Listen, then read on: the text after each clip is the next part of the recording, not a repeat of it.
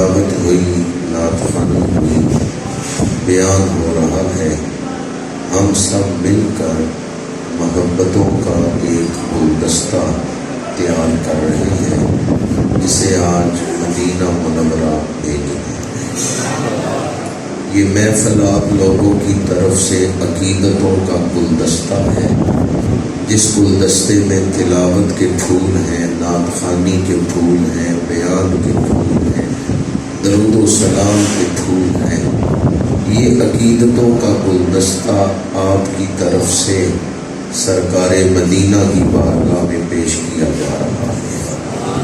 کیا خیال ہے آپ لوگوں کا؟ وہ کریم آقا جو طائف کے بازار میں پتھر پھینکنے والوں کو ہدایت کی دعا دیتے ہیں، وہ گلدستے پیش کرنے والوں کو کیا کچھ عطا کریں گے؟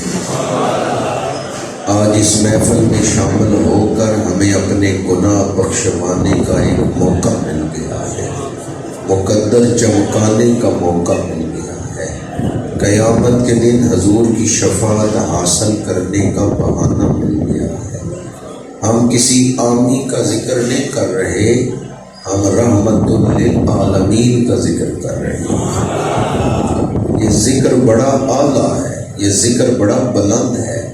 وَرَفَعْنَا لَكَ، اس ذکر کو اللہ نے بلندیاں عطا فرمائی۔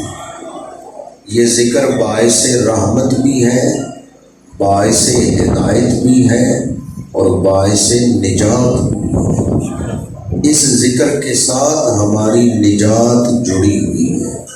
ایک دوست کہنے لگے بھائی ٹھیک ہے، ذکر رسول تو بڑی شان والا ہے، لیکن یہ ذکر گھر تنہائی میں بیٹھ کے بھی کیا جا سکتا ہے، اکیلے بیٹھ کے بھی درود شریف تو پڑھ سکتے ہیں، پھر یہ محفل کی کیا ضرورت ہے، اکٹھے ہونے کی کیا ضرورت ہے؟ میں نے ان کی خدمت میں عرض کیا کہ سبزی منڈی میں جب ڈیری کا سودا ہوتا ہے تو ڈیری کے سودے میں ناقص مال بھی اچھے مال کے ساتھ بک جاتا ہے۔ آج ڈیری کا سودا ہو رہا ہے، آج ہم اجتماعی حاضری پیش کر رہے ہیں، علماء آئے ہیں، قراء آئے ہیں، حفاظ تشریف لائے ہیں، سفید داڑھیوں والے بزرگ آئے بیٹھے ہیں۔ اگر آنے والوں میں کسی ایک کی حاضری بھی قبول ہو گئی تو اس ایک مقبول بندے کے صدقے پوری محفل پہ ہی آج کرم ہو جائے گا۔ اٹھ فریدا ستے آتے میلہ ویکھن جا، مت کوئی مل جائی بخشے آتے تو بھی، مت کوئی مل جائی بخشے آتے تو بھی بخشے آ جا۔ سورہ توبہ میں ہے وَقُلِ اعْمَلُوا فَسَيَرَى اللَّهُ عَمَلَكُمْ وَرَسُولُهُ وَالْمُؤْمِنُونَ۔ اس آیت کی تفسیر میں مفسرین نے لکھا ہے امت جو عمل کر رہی ہے وہ حضور کی بارگاہ میں پیش ہو رہی ہے۔ آپ کسی کی نگاہ میں بیٹھے ہوئے ہیں، آج بیٹھے تو ہم پنجاب کی سرزمین میں ہیں لیکن حاضری مدینہ منورہ میں لگوا رہے ہیں۔ غم مصطفیٰ جس کے سینے میں ہے، کہیں بھی رہے وہ مدینے میں ہے۔ جن دوستوں نے آج اس محفل میلاد کا انتظام کیا، کوئی ڈیوٹی دی، دعا گو اللہ تعالیٰ انہیں اجر عظیم عطا فرمائے۔ عاشق رسالت قرۃ عیون الصلاح جناب محترم قاری محمد اکرم چشتی صاحب اور ان کے تمام رفقاء معاونین کو اللہ پاک اجر عظیم عطا فرمائے۔ میری حیثیت ایک ڈاکیے کی ہے جو چٹھی لے کے آیا ہے۔ خط محبوب کا ہو تو بندہ ڈاکیے کو نہیں دیکھتا کہ ڈاکیا کون ہے، وہ یہ دیکھتا ہے چٹھی میرے محبوب کی سنا رہا ہے۔ جو حدیث پاک میں نے خطبہ کے دوران تلاوت کی ہے یہ مشکات شریف میں ہے، مسند امام احمد میں ہے، علامہ بہقی کی دلائل النبوہ میں ہے، امام حاکم کی المستدرک میں ہے۔ امام ذہبی کی تلخیص المستدرک میں ہے، اور غیر مقلدین اہل حدیثوں کے محقق ناصر الدین البانی کی کتاب تعلیق الالبانی میں یہ حدیث پاک موجود ہے۔ 6 کتابوں کے حوالے میں نے آپ کے سامنے دیے ہیں کہ کہاں سے میں یہ چٹھی پڑھ کے آپ کو سناتا ہوں۔ اس حدیث پاک کا شان ورود یہ ہے، قرآن پاک کی آیتوں کا شان نزول ہوتا ہے اور حدیثوں کا شان ورود ہوتا ہے۔ وہ واقعہ جو پہلے پیش آئے اور بعد میں کوئی آیت نازل ہو تو اس واقعہ کو شان نزول کہتے ہیں کہ یہ آیت کا شان نزول ہے۔ پہلے کوئی واقعہ پیش آیا، بعد میں حضور نے حدیث ارشاد فرمائی تو اس واقعہ کو شان ورود کہتے ہیں۔ آیتوں کا شان نزول اور حدیثوں کا شان ورود۔ جو حدیث پاک میں نے پڑھی ہے اس کا شان ورود یہ ہے، صحابہ کرام اکٹھے ہو کے حضور کی بارگاہ میں حاضر ہوئے، عرض کیا یا رسول اللہ صلی اللہ علیہ وسلم ہمیں آپ کی شان سننے کا شوق ہے، یا رسول اللہ ہمیں اپنے بارے میں آگاہی عطا فرمائے، یا رسول اللہ ہمیں اپنی شانوں سے آگاہ فرمائے۔ تو صحابہ کے سوال کے جواب میں میرے آقا کریم نے فرمایا سأخبرکم بأول امر، میں تمہیں اپنے بارے میں ابتدائی باتیں بتاتا ہوں۔ دعوت ابراہیم و بشارت عیسیٰ، میں دعائے ابراہیمی ہوں، میں بشارت عیسیٰ ہوں۔ مجھے حضرت ابراہیم نے اللہ سے مانگا اور میری آمد کے لیے مجھے حضرت ابراہیم نے اللہ سے مانگا اور میرے لیے حضرت جناب عیسیٰ علیہ السلام نے خوشخبری دی۔ وَالرُّؤْيَا أُمِّيَ الَّتِي رَأَتْ حِينَ وَدَعَتْنِي، میرے میلاد سے پہلے میری امی جان نے خواب دیکھے۔ وَقَدْ خَرَجَ لَهَا نُورٌ أَضَاءَ لَهَا مِنْهُ قُصُورُ الشَّامِ، نور چمکا اور حضرت بی بی آمنہ نے مکے میں بیٹھ کے شام کے محلات کو دیکھ لیا۔ شان ورود سے پتہ چلتا ہے کہ محفل میں میلاد کے واقعات بیان کرنا یہ نیا کام نہیں ہے بلکہ سنت رسول سے ثابت ہے۔ میرے آقا کریم نے خود محفل میں میلاد کے واقعات بیان فرمائے۔ شان ورود سے یہ بات ثابت ہو گئی کہ محفل میلاد وہ کیسی محفل ہوگی جس میں صحابہ سن رہے ہیں اور میلاد والے آقا خود اپنا میلاد بیان فرما رہے ہیں۔ کس انداز میں حضور نے میلاد بیان فرمایا؟ فرمایا دعوت ابراہیم، حضرت ابراہیم نے مجھے مانگا رب سے۔ اس سے پتہ چلتا ہے کہ میلاد بعد میں ہوا ہے، حضور کا ذکر پہلے ہی ہو رہا ہے۔ حضرت ابراہیم جب دعا کر رہے ہیں تو حضور کا ذکر ہو رہا ہے یا نہیں ہو رہا؟ حضرت عیسیٰ بشارت دے رہے ہیں تو حضور کا ذکر ہو رہا ہے یا نہیں ہو رہا؟ حضور کا ذکر ولادت کے بعد نہیں شروع ہوا، میلاد سے پہلے ہی حضور کا ذکر ہو رہا ہے۔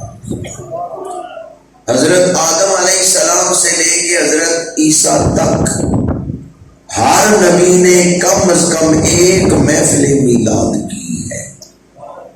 ہر نبی نے کم از کم ایک دفعہ اپنی امت کے سامنے حضور کا ذکر کیا ہے، حضور کی نشانیاں بیان کی۔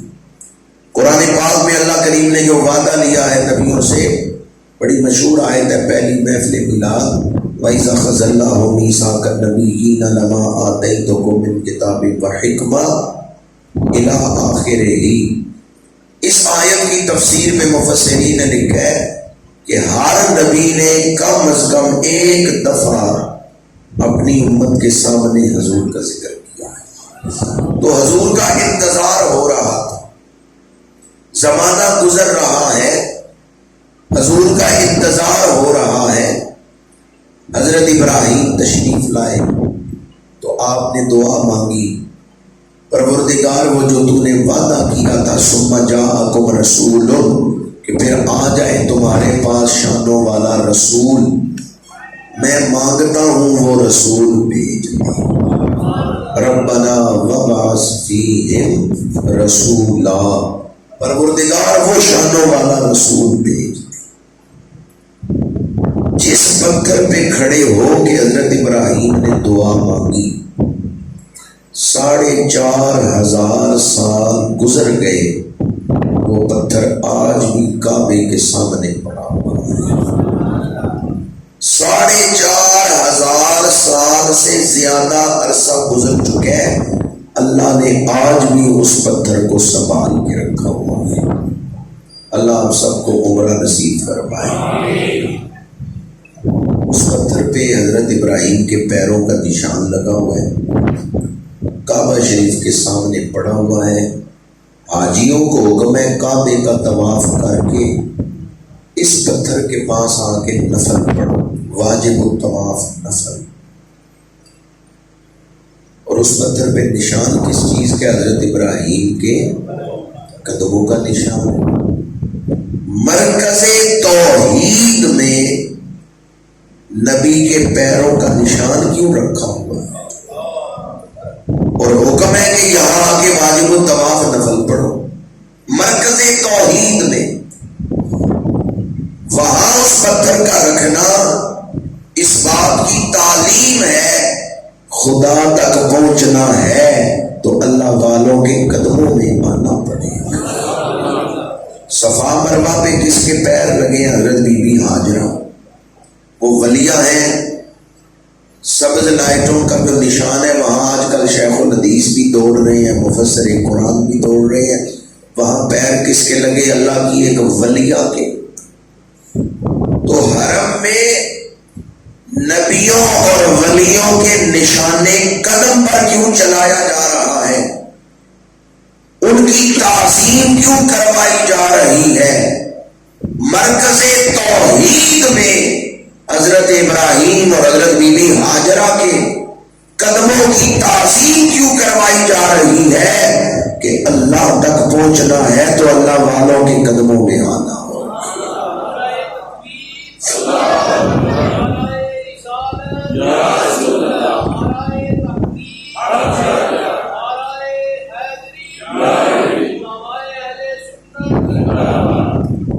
اللہ والوں کو چھوڑ کے اللہ تک پہنچ سکتے؟ اللہ کی معرفت اللہ والوں سے ہی حاصل ہوتی ہے، اللہ والوں سے ہی اللہ تعالیٰ آپ سب کو عمرہ نصیب فرمائے۔ جب اس پتھر کی زیارت کرتے ہیں تو نظر کیا آتا ہے؟ پیروں کا نشان۔ نبی کے پیروں کا نشان دیکھیں رب کا قرب ملتا ہے۔ جن کے پیروں کا نشان دیکھنے سے ثواب مل رہا ہے، رب کا قرب، رب کی رحمتیں برکتیں مل رہی ہیں، ان کا چہرہ دیکھنے سے کیا کچھ ملتا ہے۔ خلیل اللہ کا چہرہ دیکھنا بڑی برکتوں کا باعث ہے، تو جنہیں خلیل اللہ مانگ رہے ہیں نبیوں کے اس امام کا چہرہ دیکھنے سے کیا کچھ ملتا ہے۔ آج ہم نمازی بن سکتے ہیں، حاجی بن سکتے ہیں، مجاہد بن سکتے ہیں، قاری بن سکتے ہیں، حافظ بن سکتے ہیں، صحابی نہیں بن سکتے۔ یہ وہ خوش نصیب ہیں جنہوں نے براہ راست رسول اللہ کا چہرہ دیکھا ہے۔ اس پہ سبحان اللہ کے اسے حضور کا دیدار عطا فرمائے۔ ہمارے گناہگار ماں باپ، ان کا چہرہ دیکھیں، حج مقبول کا سماں۔ ہمارے والدین نبی ہیں، حضور آخری نبی ہے، قیامت تک کوئی نبی پیدا، ہمارے والدین نبی نہیں، اور ضروری نہیں کہ ولی ہوں، گناہگار ماں باپ، بیٹا اپنے ماں باپ کا چہرہ دیکھے محبت کی نظر سے مقبول حج کا ثواب ہے۔ جس نبی کے صدقے ماں باپ کو یہ فضیلت ملی ہے، اس نبی کا چہرہ دیکھنے سے کتنے حجوں کا ثواب ہوگا۔ صحابہ وہ صحابہ جن کی ہر صبح صبح عید ہوتی تھی، یعنی صبح صبح نبی کی عید ہوتی۔ صحابہ کے بارے میں زبان کھولنی ہے تو بڑی احتیاط کی سے۔ صحابہ کے ذریعے اللہ کا دین انسانوں تک پہنچا ہے۔ قرآن اور حدیث کو صحابہ نے دنیا میں پھیلایا ہے۔ صحابہ قرآنی شخصیات ہیں۔ فَإِنْ آمَنُوا بِمِثْلِ مَا آمَنْتُمْ بِهِ فَقَدْ اهْتَدَوْا۔ میری کیا اوقات کہ میں ان ہستیوں کی شان بیان کر سکوں جنہیں قرآن نے ایمان کا معیار قرار دیا، ایمان کا ماڈل قرار دیا۔ تو حضرت ابراہیم علیہ السلام کے پیروں کے نشان سے بات چلی کہ حضرت ابراہیم کے پیروں کا نشان دکھایا جا رہا ہے، اس کی زیارت مرکز توحید میں کروائی جا رہی ہے۔ حضرت ابراہیم نے اس پتھر پہ کھڑے ہو کے دعا کیا فرمائی، وہ دعا بھی قرآن کے اندر موجود ہے۔ جس طرح پتھر رب نے سنبھال کے رکھا ہے، دعا بھی قرآن کے صفوں پہ رکھی ہے، قیامت تک تلاوت ہوتی رہے گی۔ کن لفظوں سے نبی نے مانگا؟ ہمیں مانگنے کی جانچ نہیں، ذرا شعور نبوت دیکھے نبی کس طرح مانگ رہے ہیں۔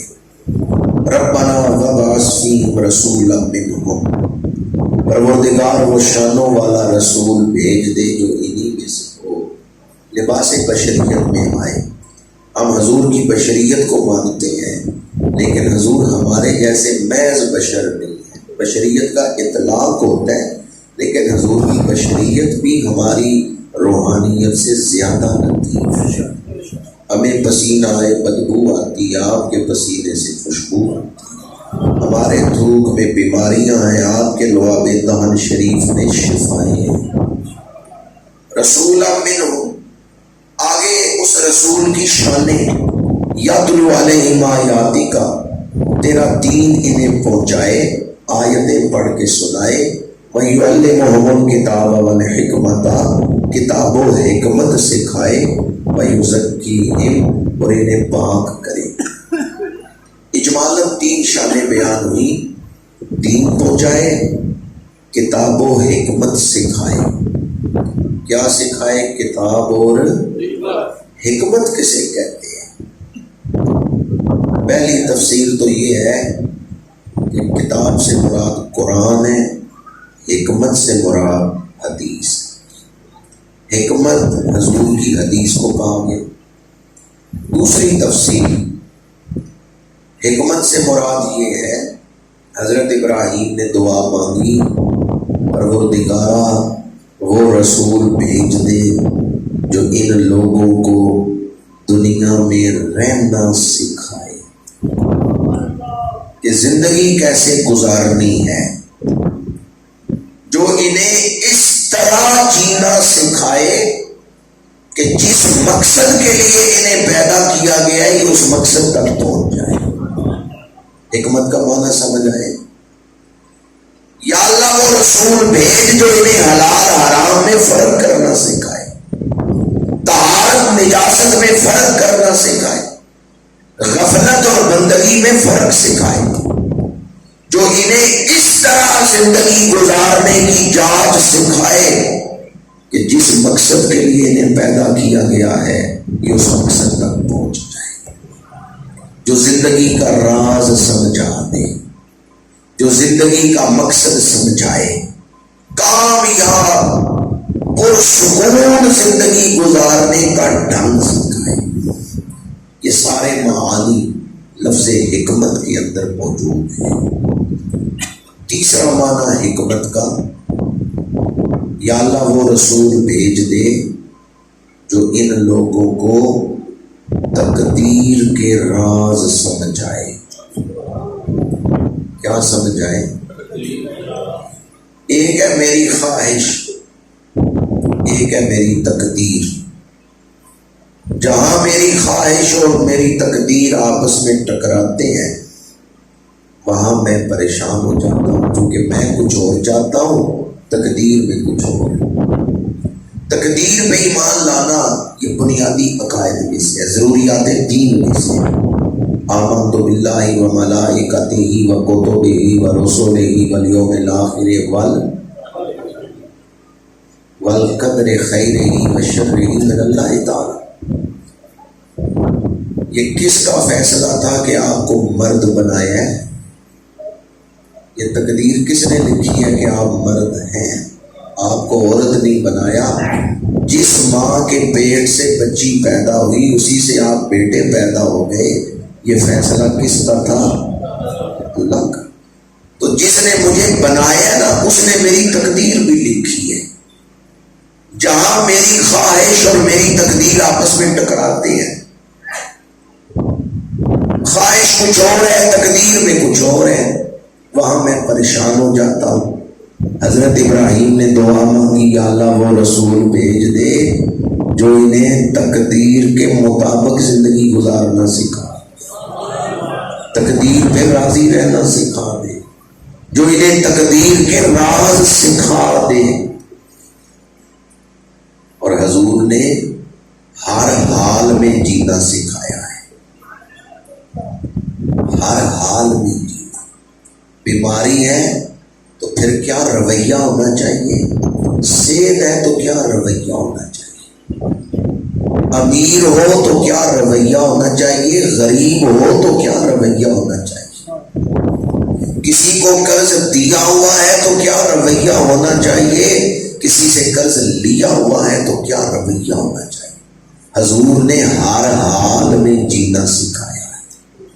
حکمت کا تیسرا معنی کیا ہے؟ یا اللہ وہ رسول بھیج دے جو انہیں ہر حال میں جینا سکھائے۔ اگر کبھی آپ کا دل بجھ جائے، مایوسی طاری ہو، بھئی آج میرا دل نہیں کر رہا بستر سے اٹھوں، آج کوئی کام کرنے کو دل نہیں کر رہا، مایوسی چھا گئی، تو سمجھے شیطان نے آپ کے دل پہ قابو کر دیا ہے۔ جو رب کو مانتا ہے وہ کبھی مایوس، یہ شیطان کا کام ہے جو دل پہ مایوسی طاری کرتا ہے۔ مومن کا یہ عقیدہ ہے، ان اللہ علی کل شیء قدیر، میں کچھ نہیں کر سکتا پر میرا رب سب کچھ۔ حضرت یونس علیہ السلام مچھلی کے پیٹ میں ہیں، مایوس ہوئے ہیں۔ آپ کسی کمرے کے اندر بند ہو جائے نا، باہر سے کوئی تالا لگا جائے تو آپ شور مچا سکتے ہیں، دستک دے سکتے ہیں، گلی سے گزرنے والے کو پتہ چل جائے گا کمرے میں کوئی بند ہے، شور مچا رہا ہے، وہ مدد کرے گا، دروازہ کھول دے گا۔ بندہ ہو مچھلی کے پیٹ میں، مچھلی ہو سمندر کی گہرائیوں میں، وہاں سے آواز دے سکتے ہیں۔ مچھلی کے پیٹ میں شور مچائے بھی تو سمندر کے کنارے پہ کھڑے لوگوں کو خبر ہو جائے گی۔ حضرت یونس مچھلی کے پیٹ میں ہے، ظاہری اسباب سارے ختم، لیکن نبی مایوس، لا الہ الا انت سبحانک انی کنت من الظالمین۔ وہاں بھی رب سے مانگ رہے ہیں، مایوس نہیں تھا۔ اللہ نے مچھلی کو حکم دیا، وہ سمندر کے کنارے پہ آ کے حضرت یونس کو اتار رہی ہے۔ قرآن میں یہ واقعہ کیوں بیان ہوا کہ اگر کبھی تم یہ سمجھو سارے راستے بند ہو گئے ہیں، اب کوئی چارہ نہیں رہ گیا کہ میں بچوں، اسے پکارنا جو بچانا جانتا ہے۔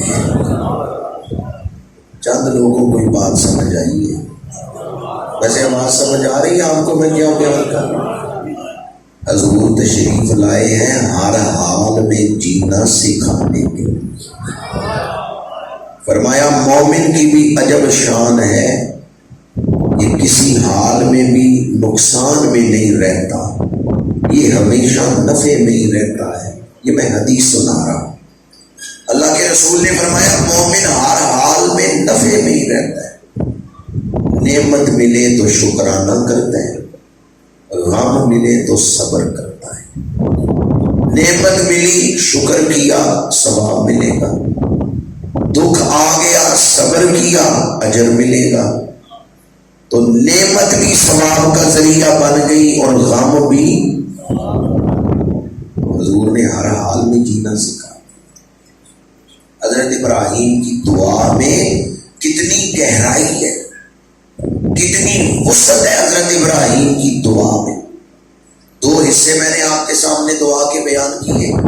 یتلو علیہم آیاتک، تیرا دین پہنچائے، وَيُعَلِّمُهُمُ الْكِتَابَ وَالْحِکْمَةَ، کتاب و حکمت سکھائے۔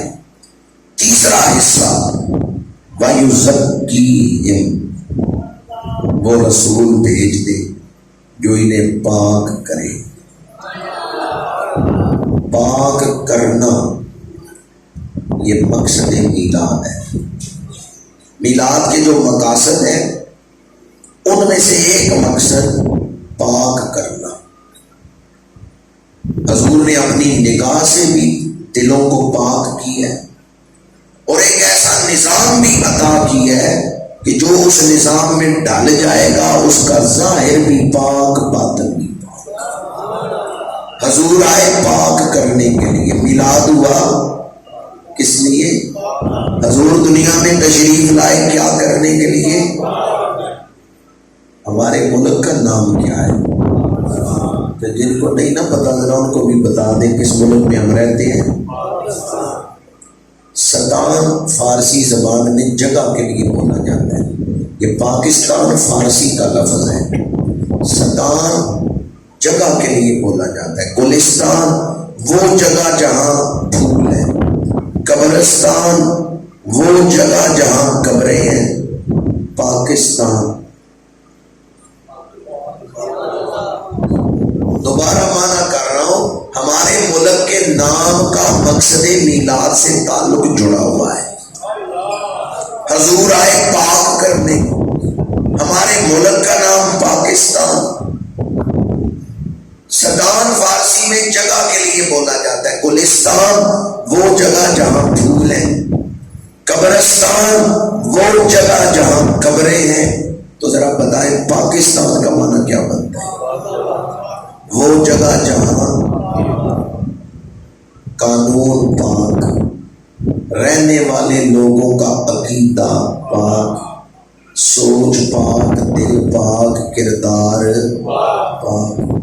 بزرگ بنا کے گئے پاکستان، ہم کیا بنا رہے ہیں؟ پلیدستان۔ کیا منہ دکھائیں گے قبروں میں جا کے بزرگوں کو؟ وہ پاکستان بنا کے گئے، ہم پلیدستان بنا رہے ہیں۔ یہ جو قانون پاس ہوا ٹرانسجینڈر بل، جس میں ایک شک ہے کہ مرد کی مرد سے شادی ہو سکتی ہے، جس کی ایک شک کی روح سے عورت کی عورت سے شادی ہو سکتی ہے، یہ پاک کرنے والا ہے یا پلید کرنے والا ہے؟ یہ قانون کئی کافر ملکوں نے پاس نہیں کیا، جو ہم مسلمانوں نے بنا لیا نا قانون، یہ کئی کافر ملکوں نے بھی قبول نہیں کیا۔ زمبابوے عیسائیوں کا ملک، زمبابوے کے صدر نے امریکی صدر باراک اوباما سے کہا کہ امریکہ کے ٹی وی پہ بیٹھ کے پوری قوم کے سامنے میرے ساتھ مناظرہ کرو، میں ثابت کروں گا کہ یہ بل ظالمانہ ہے اور انسان کو بے غیرت بنانے والا بل ہے۔ امریکہ نے بڑا زور لگایا لیکن زمبابوے میں یہ قانون پاس نہیں ہو سکا۔ کافر ملک نے اس قانون کو ریجیکٹ کر دیا اور ہم مسلمانوں نے اسے پاس کر لی۔ پاکستان میں 4 شادیاں ہو چکی ہیں جو نہیں ہونی چاہیے تھی۔ میرے پاس موبائل میں ویڈیو موجود ہے، ایک عورت نے دوسری عورت سے شادی کی ہے، تو اس کے ماں باپ تھانے میں گئے ہیں پرچہ کٹوانے کے لیے۔ تھانے دار نے پرچہ نہیں کاٹا۔ اس نے کہا میں کیسے FIR کاٹوں، ملک کا قانون اجازت دیتا ہے۔ اب وہ ماں باپ رو رہے ہیں کہ ہماری بیٹی نے ایک عورت کے ساتھ ہی شادی کر لی ہے شادی رجسٹرڈ ہو گئی ہے، تھانے دار FIR نہیں کاٹ رہا، ماں باپ رو رہے ہیں، بلکہ ماں باپ پہ الٹا وہ کیس کر رہے ہیں جنہوں نے شادی کی ہے نا 2 بچیوں نے، کہ ماں باپ اپنی بچی کو اغوا کرنا چاہتے۔ حضور آئے پاک کرنے، ہمارے بزرگوں نے ملک بنایا پاکستان، آئندہ نسلوں کے لیے ہم اسے کیا بنا رہے ہیں؟ پلیتستان۔ آج کی محفل میلاد میں ارادہ کریں پاکستان کو پلیتستان نہیں بننے دیں۔ مسئلہ سمجھا رہا ہوں، مرد اور عورت کی شادی ہوئی ہے، حق مہر مقرر ہوا ہے، گواہ موجود ہے، شریعت کے سارے تقاضے، شریعت کے حکم پورے کر کے نکاح ہوا ہے، رخصتی ہوئی ہے، پھر میاں بیوی کا بدن ملا ہے، دونوں کا جسم پلید ہو گیا ہے، غسل دونوں پہ فرض ہو گیا ہے، کیا انہوں نے کوئی حرام کام کیا؟ ماشاءاللہ مسئلہ سمجھ رہے، انہوں نے حرام کام نہیں کیا، یہ حلال طریقے سے ملے ہیں، پھر بدن پلید کیوں ہو گئے؟ ان کا تو نکاح ہوا ہے، حق مہر مقرر تھا، گواہ موجود تھے، شریعت کے سارے تقاضے پورے ہوئے، پھر جسم ناپاک کیوں ہو گیا؟ جہاں حلال کے بعد بھی پلیتی ہے، وہاں حرام کے بعد کتنی پلیتی ہے؟ جہاں حلال کے بعد بھی پلیتی ہو، وہاں اگر جسم ملے ہی حرام طریقے سے تو کتنی پلیتی ہے؟ کتنا ہولناک وقت ہے جو ہم گزار رہے۔ پریا اسی دا جانیے جس دا پانی پر سہیلیاں تے رنگا رنگ کڑے، پریا اسی دا جانیے جس دا توڑ چڑھے۔ محفل میلاد میں بیٹھنے والوں، حضور کے میلاد کا صدقہ اللہ ہم سب کو ایمان پر خاتمہ نصیب فرمائے۔ حضرت ابراہیم کی دعا کی تشریح میں کر رہا تھا، حضرت ابراہیم نے دعا مانگی، یا اللہ وہ رسول بھیج دے جو انہیں دین پہنچائے، کتاب و حکمت سکھائے، پاک کرے۔ پھر میرے آقا کریم نے حدیث پاک میں فرمایا، بشارت عیسیٰ، حضرت عیسیٰ نے میری خوشخبری دی۔ حضرت آدم سے لے کے حضرت عیسیٰ تک پہلے نبی حضور کا انتظار کرواتے رہے، نشانیاں یاد کرواتے رہے، آخری نبی کی نشانیاں یاد کر لو، شانوں والا رسول آئے گا، شانوں والا رسول آئے گا۔ جیسے ہم اپنے بچوں کو اسلام کی بنیادی چیزیں یاد کرواتے ہیں نا، 5 نمازیں ہیں، رمضان کے روزے فرض ہیں، زندگی میں ایک دفعہ حج فرض ہے صاحب استطاعت پہ، نماز جنازہ کی دعائیں یاد کراتے ہیں، بنیادی چیزیں اسلام کی۔ اسی طرح یہودی اور عیسائی آخری نبی کی نشانیاں اپنے بچوں کو یاد کراتے ہیں، پہلی نشانی، دوسری نشانی، تیسری نشانی، چوتھی نشانی، آخری نبی کی 5ویں نشانی، وہ نشانیاں ترتیب وار رسول اللہ کی نشانیاں یاد کرواتے تھے۔ وقت نہیں کہ میں اس پر دلائل دوں، حضرت سلمان فارسی کا واقعہ پڑھ لیں، وہ 3 نشانیاں ہی اٹلی میں سن کے آئے تھے، اٹلی میں رہتے تھے، یورپ میں حضرت سلمان فارسی، روم اٹلی میں ہے، جو بشپ تھا یعنی پادریوں کا استاد، اس نے حضرت سلمان فارسی کو 3 نشانیاں بتائی تھی۔ آخری نبی صدقہ نہیں کھاتے، ہدیہ قبول کرتے ہیں، 2 کاندھوں کے درمیان مور نبوت ہے۔ سلمان فارسی مدینہ منورہ آئے، حضور کی زیارت کی، 3 نشانیاں دیکھی، کلمہ پڑھ کے غلام کر دیا۔ پتہ یہ چلا یہودیوں کے پاس، عیسائیوں کے پاس حضور کی نشانیاں محفوظ تھی۔ حضرت آدم سے حضرت عیسیٰ تک نبیوں نے نشانیاں بتائی حضور کی، انتظار کروایا، پر جب آئے حضرت عیسیٰ آپ نے فرمایا اب اور انتظار نہیں، میں تمہیں بشارت دینے آیا ہوں، میرے بعد وہی شانوں والا رسول آ رہا ہے، مبشرم برسول یاتی من بعد اسمہ احمد، خوش ہو جاؤ میرے بعد وہی شانوں والا رسول آ رہا ہے۔ لفظ مخبر نہیں آیا بلکہ مبشر آیا ہے۔ مخبر میں صرف خبر کا معنی ہے، مبشر میں خوش خبری کا معنی ہے۔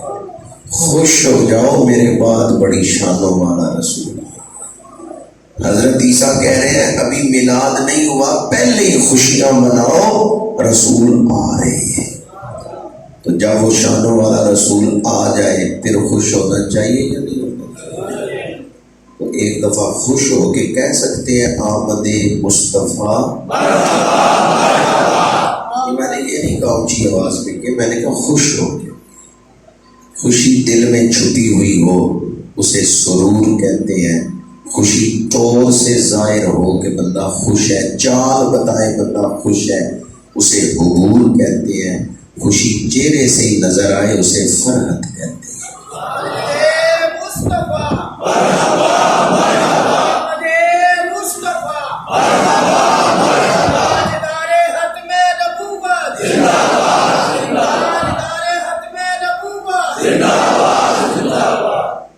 ٹھیک ہے دنیا کے کئی غم ہیں، اس دور میں بھی جو بندہ مسکرا لیتا ہے وہ بڑے حوصلے والا ہے۔ جن بحرانوں سے پاکستان کی عوام گزر رہی ہے بڑے مشکل حالات ہیں، لیکن کل سوچیں گے کہ کون کون سے غم ہیں۔ آج تو ہم محفل میلاد میں بیٹھے سمجھے میں کیا کہہ، جھٹک دیں غموں کو، کل سوچیں گے کون کون سی فکریں ہیں۔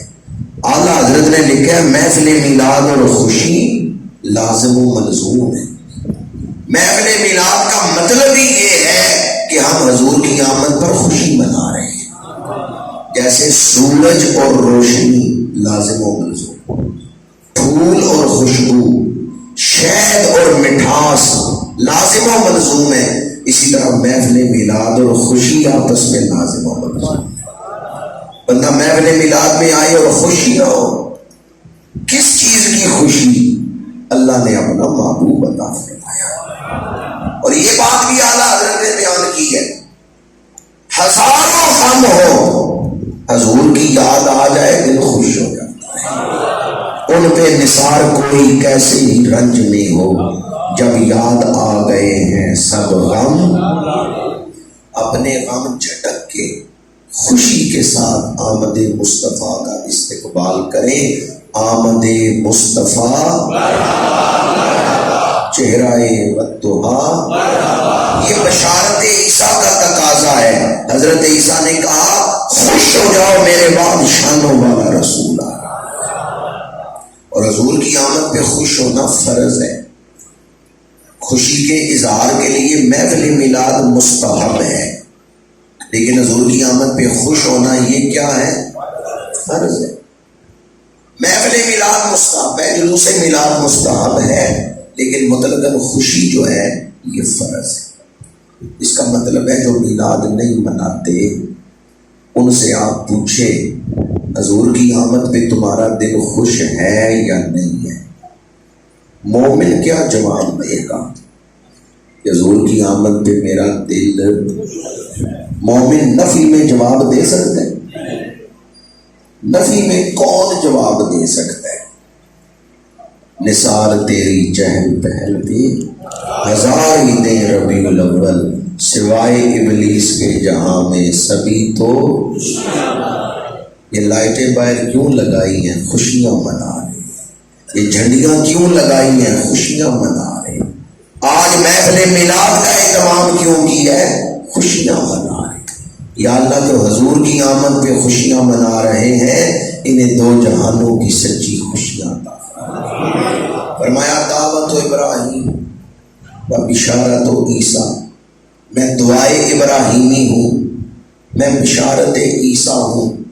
پھر فرمایا وَالرُّؤْيَا أُمِّيَ الَّتِي رَأَتْ حِينَ وَدَعَتْنِي، میری اپنی جان نے خواب دیکھے، میں ان خوابوں کی تعبیر،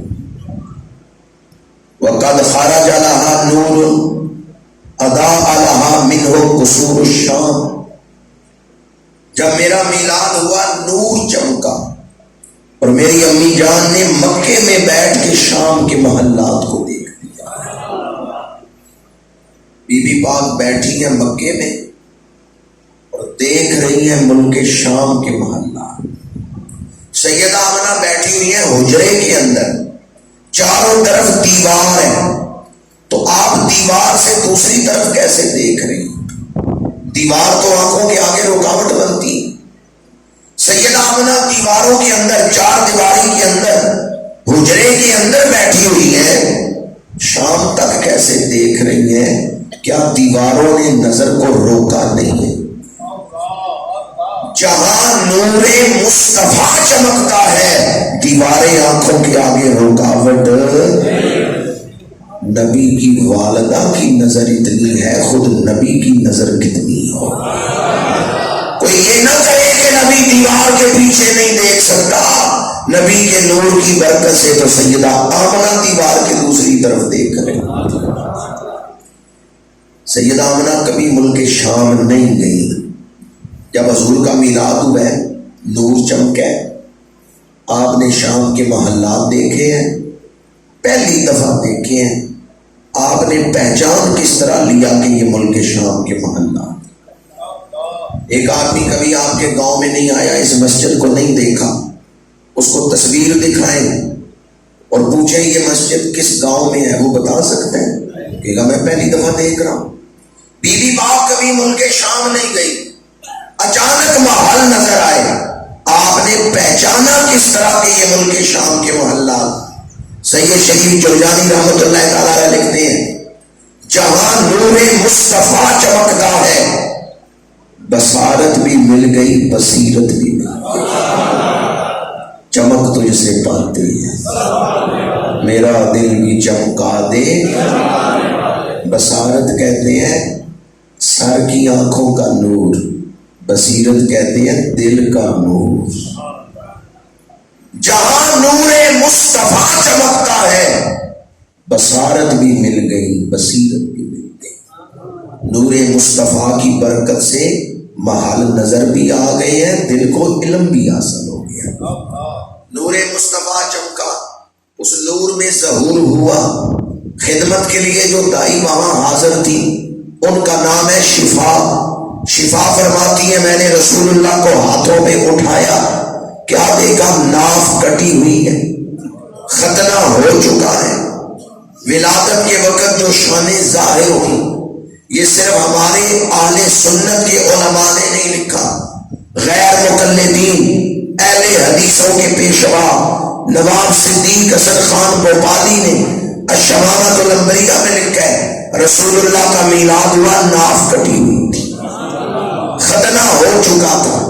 ناف کاٹنے کی ضرورت نہیں، ختنہ کرنے کی ضرورت نہیں۔ فی عینیہ ساجن، آنکھیں قدرتی طور پہ سرمگی ہیں، سرما لگانے کی ضرورت نہیں۔ بال سمرے ہوئے ہیں، کنگھا کرنے کی ضرورت نہیں۔ بدن مبارک پہ ایک قطرہ خون نہیں لگا ہوا، بدن مبارک دھلا ہوا ہے، بدن چمک رہا ہے، بدن مبارک سے خوشبوؤں کے حلے آ رہے ہیں۔ دائی نے یہ 6 شانیں دیکھی، دائی حیران ہوئی کہ عام بچے تو اس طرح پیدا نہیں ہوتے۔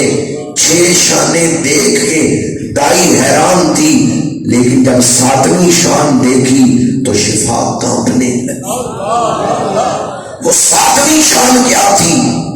سیرت حلبیہ میں ہے، دائی نے حضور کو زمین پہ لٹایا، میرے آقا کریم نے کروٹ بدلی، ایک ہاتھ زمین پہ رکھا، کروٹ بدلی، دوسرا ہاتھ زمین پہ رکھا، دونوں ہتھیلیاں زمین پہ رکھ کے سر سجدے میں رکھ دیا۔